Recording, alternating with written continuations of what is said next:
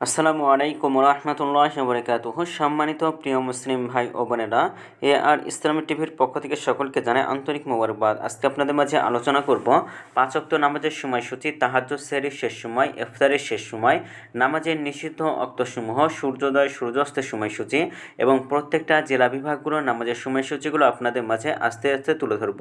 তো আজকে রবিবার 9 ফেব্রুয়ারি 2025 ইংরেজি, 26 মাঘ 1431 বাংলা, 9 শাবান 1446 হিজরি।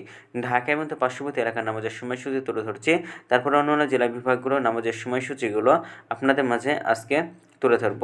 তা আজকে ঢাকা এবং তার পার্শ্ববর্তী এলাকার তাহাজ্জুদ এবং সেহরির শেষ সময় হলো 5টা 15 মিনিটে। ইফতারের সময় সন্ধ্যা 5টা 53 মিনিটে। আজকে ফজরের নামাজের রক্ত শুরু হবে 5টা 19 মিনিটে এবং শেষ হবে 6টা 35 মিনিটে। জোহরের নামাজের রক্ত শুরু হবে 12টা 13 মিনিটে। জোহরের নামাজের রক্ত শেষ হবে 4টা 12 মিনিটে। আসরের নামাজের রক্ত শুরু হবে 4টা 13 মিনিটে। আসরের নামাজের রক্ত শেষ হবে 5টা 48 মিনিটে। মাগরিবের নামাজের রক্ত শুরু হবে 5টা 52 মিনিটে। মাগরিবের নামাজের রক্ত শেষ হবে 7টা 5 মিনিটে। এশার নামাজের রক্ত শুরু হবে 7টা 6 মিনিটে, শেষ হবে 5টা 14 মিনিটে। নামাজের নিষিদ্ধ ওয়াক্তসমূহ হলো 3টা: সকালে 6টা 36 থেকে নিয়ে 6টা 51 পর্যন্ত, দুপুরে 12টা 7 থেকে নিয়ে 12টা 12 পর্যন্ত এবং সন্ধ্যায় 5টা 34 থেকে নিয়ে 5টা 49 পর্যন্ত। এর মাঝখানে এই যতটুকু সময় থাকবে এর মধ্যে কোনো প্রকার নামাজ পড়তে পারবেন না।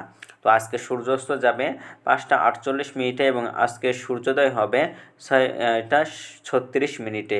এই গেল ঢাকা এবং তার পার্শ্ববর্তী এলাকার নামাজের সময়সূচি।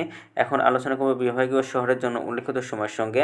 যেসব বিভাগের সময় আপনি যোগ বিয়োগ করবেন তা হলো এই, অর্থাৎ আপনি বিয়োগ করবেন চট্টগ্রামে 5 মিনিট এবং সিলেটে 6 মিনিট কম করবেন ঢাকা এবং তার পার্শ্ববর্তী এলাকায় যে নামাজের সময়সূচি আছে সেখান থেকে, এবং যোগ করবেন খুলনাতে 3 মিনিট, রাজশাহীতে 7 মিনিট, রংপুরে 8 মিনিট, বরিশাল 1 মিনিট বেশি করবেন।